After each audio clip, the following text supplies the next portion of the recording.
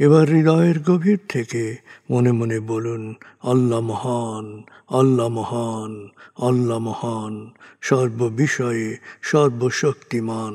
তিনি একক ও অদ্বিতীয়, তিনি একমাত্র উপাস্য।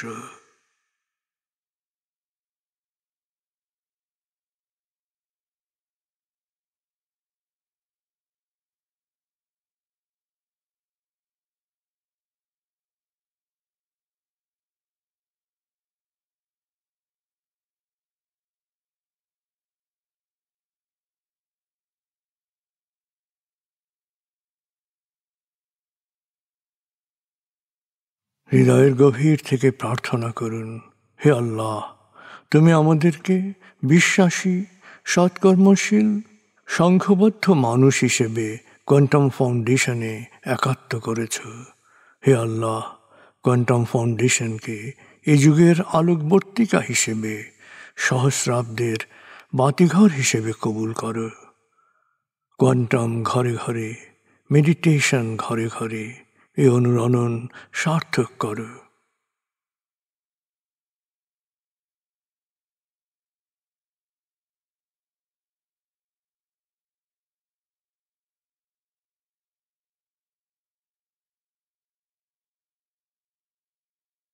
হে আল্লাহ, হে দয়াময়, হে মেহেরবান, কোয়ান্টাম ফাউন্ডেশনের সকল কার্যক্রম, শিক্ষা সেবা, শুদ্ধাচার, রক্তদান, এতিমান, প্রবীণ সেবা, চিকিৎসা সেবা, খতনা, মাতৃমঙ্গল, দাফন, কোয়ান্টাম মেথড কোর্স, এই সমস্ত কার্যক্রমকে সদকায়ে জারিয়া হিসেবে কবুল করো।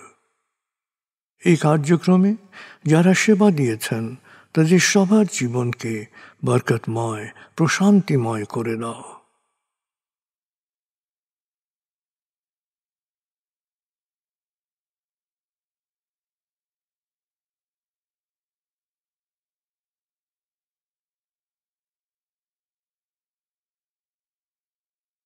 হে আল্লাহ, গত ৩০ বছর ধরে ফাউন্ডেশনের কাজগুলোকে গতিশীল রাখার জন্যে যারা নিয়মিত দান করেছেন, যারা এককালীন দান করেছেন, যারা জাকাত দিয়েছেন, যারা স্থাবর অস্থাবর সম্পত্তি দান করেছেন, তাদের সবার দানকে তুমি সৎ দান হিসেবে কবুল করো, সদকায়ে জারিয়া হিসেবে কবুল করো।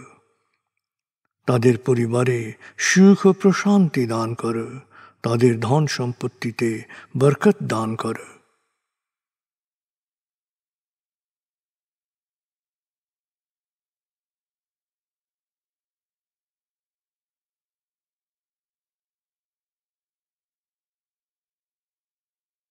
এবার দেশের জন্য দোয়া করুন। হে আল্লাহ, দেশের প্রতিটি মানুষ যেন প্রজ্ঞাপূর্ণ সিদ্ধান্ত নিয়ে নিজের কাজ সবচেয়ে ভালোভাবে করতে পারে, সবাইকে সে তৌফিক দাও। হে আল্লাহ, তুমি আমাদের তোমার বিশেষ অনুগ্রহ ভাজন জাতিতে পরিণত করেছ, অফুরন্ত অনুগ্রহ সম্পদ দিয়েছ, বিশ্বকে বিভিন্ন ক্ষেত্রে নেতৃত্ব দেওয়ার মতো মেধা ও মস্তিষ্ক দিয়েছ। আমরা যেন ভালো মানুষ, ভালো দেশে রূপান্তরিত হতে পারি, আমাদের সেই তৌফিক দাও।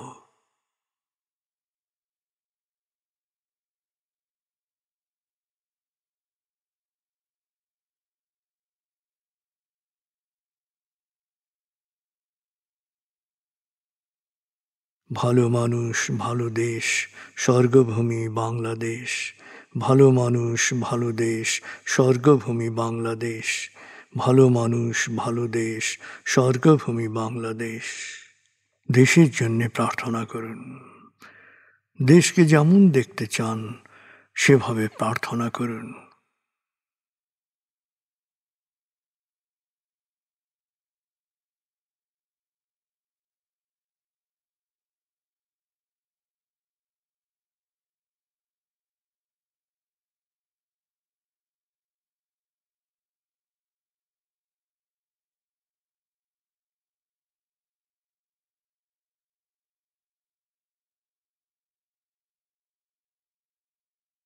হে আল্লাহ,